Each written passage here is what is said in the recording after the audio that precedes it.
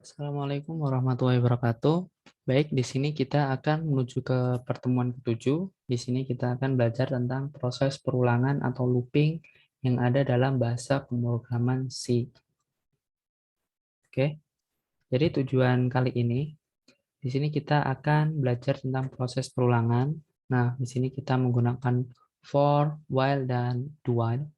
Lalu di sini juga, ini nanti kita pelajari di pertemuan next ya. Jadi nanti ada pernyataan break, continue, goto, dan exit. Ini juga nanti kita akan belajar tentang loop di dalam loop, nested loop. Tapi nanti untuk 2 poin di bawah ini kita akan belajar di pertemuan selanjutnya. Jadi di pertemuan kali ini kita hanya akan belajar tentang bagaimana kita memanfaatkan fungsi for, fungsi while, dan fungsi do while. Dan apa bedanya dari 3 fungsi tersebut. Begitu teman-teman.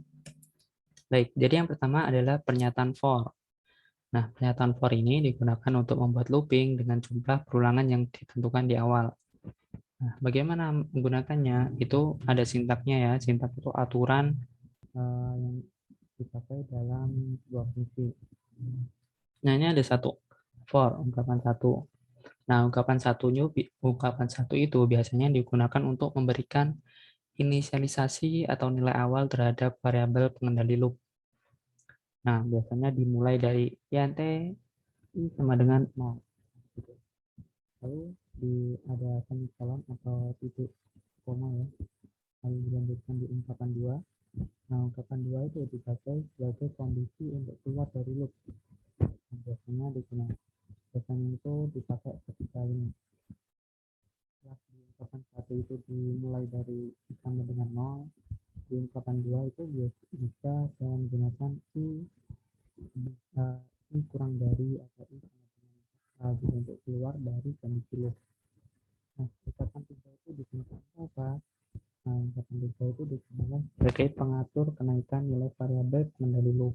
Nah, karena di sini ada kata kunci pengatur kenaikan, nah di sini bisa menggunakan operator increment atau decrement yang pernah kita pelajari di pertemuan-pertemuan sebelumnya. Nah, ini contoh penggunaan for. Nah, di sini ada for bilangan sama dengan 1, berarti bilangan akan dimulai dari sama dengan 1. Lalu bilangan kurang bilangan, di sini kan ungkapan 2. Jadi bilangan akan keluar, kondisinya akan keluar dari loop jika bilangan sudah ini ya, kurang dari sama dengan 15. Jadi jika dia melebihi sudah tidak mengikuti loop. Lalu di sini ada kenaikannya. Nah, kenaikan di sini dia menggunakan nilai ini ya, plus sama dengan, yang berarti bilangan tersebut setiap kali looping itu bertambah, dia akan bertambah nilainya sebanyak 3. Jadi dari program tersebut akan menghasilkan keluaran seperti ini ya. Jadi putaran pertama di sini dia akan menginisialisasi nilai 1. Lalu di putaran kedua, di for yang kedua, nilai bill itu akan ditambahkan 3. Oleh karena itu dia bersama dengan 4. Dia akan bertambah 3 lagi sama dengan 7.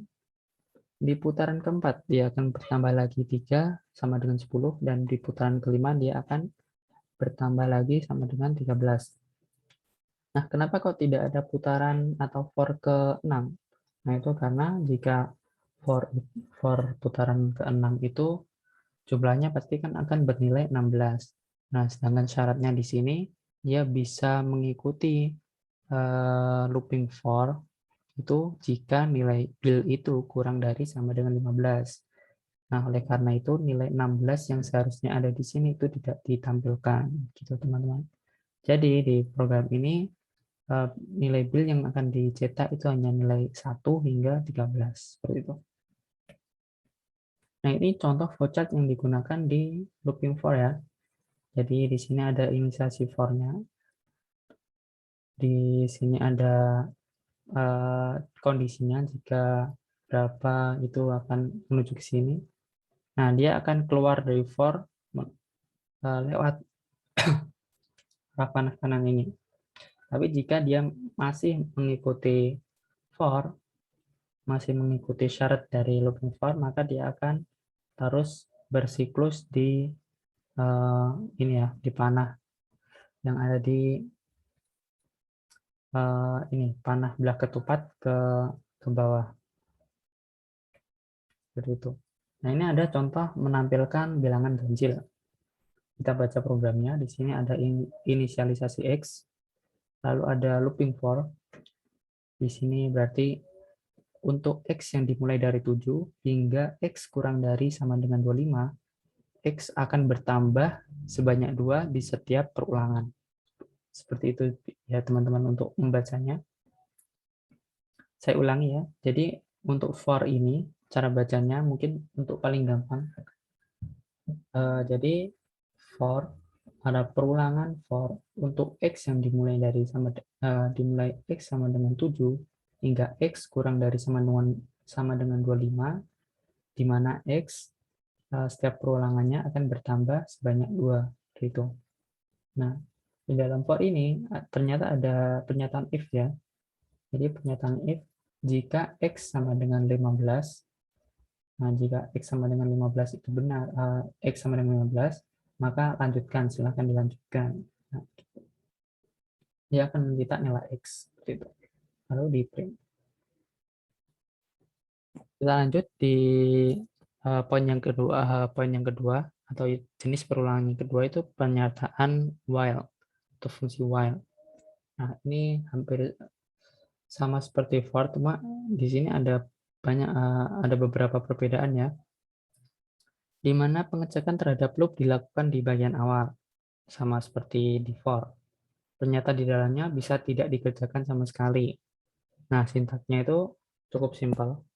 Mana while, kondisi, pernyataan, seperti itu. Selama kondisi benar, maka pernyataan tersebut akan dikerjakan. Dan jika kondisi salah, maka dia akan keluar dari loop. Seperti ini contohnya untuk while ya. Pertama, kita deklarasikan nilai bilangan sama dengan 1. Lalu ada fungsi while. Jika bilangan kurang dari sama dengan 15, maka cetak nilai bilangan tersebut dengan fungsi printf ya. Lalu di sini di bawahnya dia akan ada fungsi untuk menambah bilangan tersebut. Nah, ini akan selama nilai bil ini kurang dari 15, kurang dari sama dengan 15, maka nilai tersebut akan dicetak terus. Nah, hingga pada akhirnya di sini ketika nilai 13 kan, sudah dicetak 13, lalu bilangan tersebut ditambahkan 3. Maka nilainya akan menjadi 16. Lalu dia masuk ke while lagi, ternyata 16 ini pernyataannya menjadi salah ketika 16 kurang dari sama dengan 15. Nah, karena pernyataan tersebut salah, maka while ini tidak dikerjakan dan selesai. Seperti itu, teman-teman. Nah, ini seperti ini flowchart-nya, hampir sama seperti fungsi for kan. Jadi di sini setelah ada inisialisasi, dia masuk ke kondisi benar. Jika kondisi benar, maka dia akan ke bawah melakukan berbagai banyak fungsi di selanjutnya ya. Dan jika kondisinya salah, dia akan keluar dari loop melalui jalur yang belah ketupat ke arah kanan ini. Seperti itu teman-teman. Nah, ini adalah contoh lagi ya, biar kalian mungkin lebih memahami. Di sini ada menghitung jumlah karakter dan spasi. Nah, kita coba kita coba baca. Di sini ada inisialisasi karakter, inisialisasi char ya. Lalu ada deklarasi jumchar sama dengan 0 dan jumlah spasi sama dengan 0. Lalu kita masukkan kalimat dan akhiri enter. Nah, di sini kita tidak menggunakan scanf, melainkan hanya menggunakan getchar sama saja. Karena hanya ada satu karakter yang akan dimasukkan.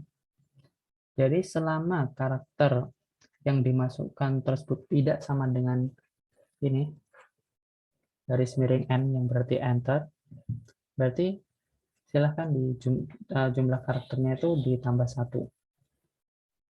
Dan jika ternyata karakter tersebut adalah spasi, maka jumlah spasi tersebut ditambah 1. Seperti itu. Hingga pada akhirnya kita akan dapat mencetak atau dapat Menghitunglah jumlah karakter dan jumlah spasinya. Itu. Lalu kita ada contoh lagi di sini, ada kuis ya. Tapi kita coba kerjakan bersama-sama. Apa keluaran program ini? Ya, kita baca. Ada inisialisasi variabel atau bisa langsung ke deklarasi variabel ya. I sama dengan 5 dan jumlah sama dengan 0. Lalu selama decrement, maka printf pesan D I, lalu I jika di mod atau di berapa sih sisa apa ini, jika I sisa bagi 3 ini sama dengan 0, maka dia akan loncat atau keluar dari fungsi while gitu. Lalu di sini jumlah sama dengan sama dengan tambah 1. Nah, gitu. Nah, mungkin di sini dari sini ya, mungkin kita bisa langsung coba run. Nah, dari teman-teman mungkin bisa melakukan mandiri di run ya, dan silahkan lihat apa keluarannya. Lalu di sini ada poin yang ketiga, itu pernyataan do while. Nah, pengecekan terhadap loop dilakukan di bagian akhir. Beda sama while, kalau while itu di awal, dengan do while itu di akhir. Pernyataan di dalamnya pasti dijalankan minimal 1 kali, pasti itu ya. Karena dia akan menjalankan dulu, baru dia melihat kondisinya.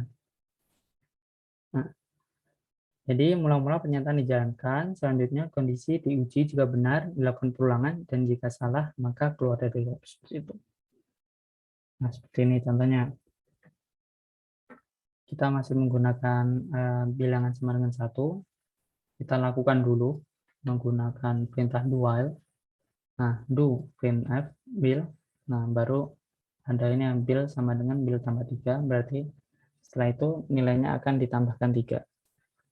Nah, baru di while dimasukkan kondisi. Bila bilangan itu ternyata kurang dari sama dengan 15, maka lanjut ke perulangan, tapi jika sudah melebihi 15, maka perulangan tersebut dihentikan dan lanjut ke proses selanjutnya. Seperti itu, teman-teman.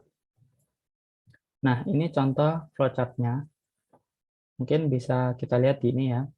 Bedanya while sama do while. Nah, ini perbedaannya. Kita bisa tahu bahwa di while itu belah ketupatnya di awal, sedangkan do while itu belah ketupatnya di akhir.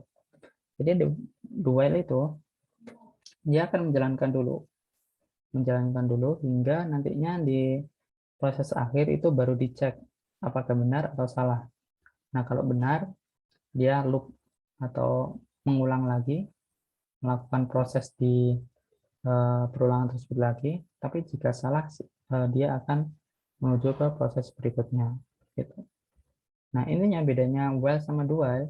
Kalau while itu pasti akan dicek. Nah, jika salah, maka untuk jajar genjang dan persegi di bawahnya itu akan dijalankan.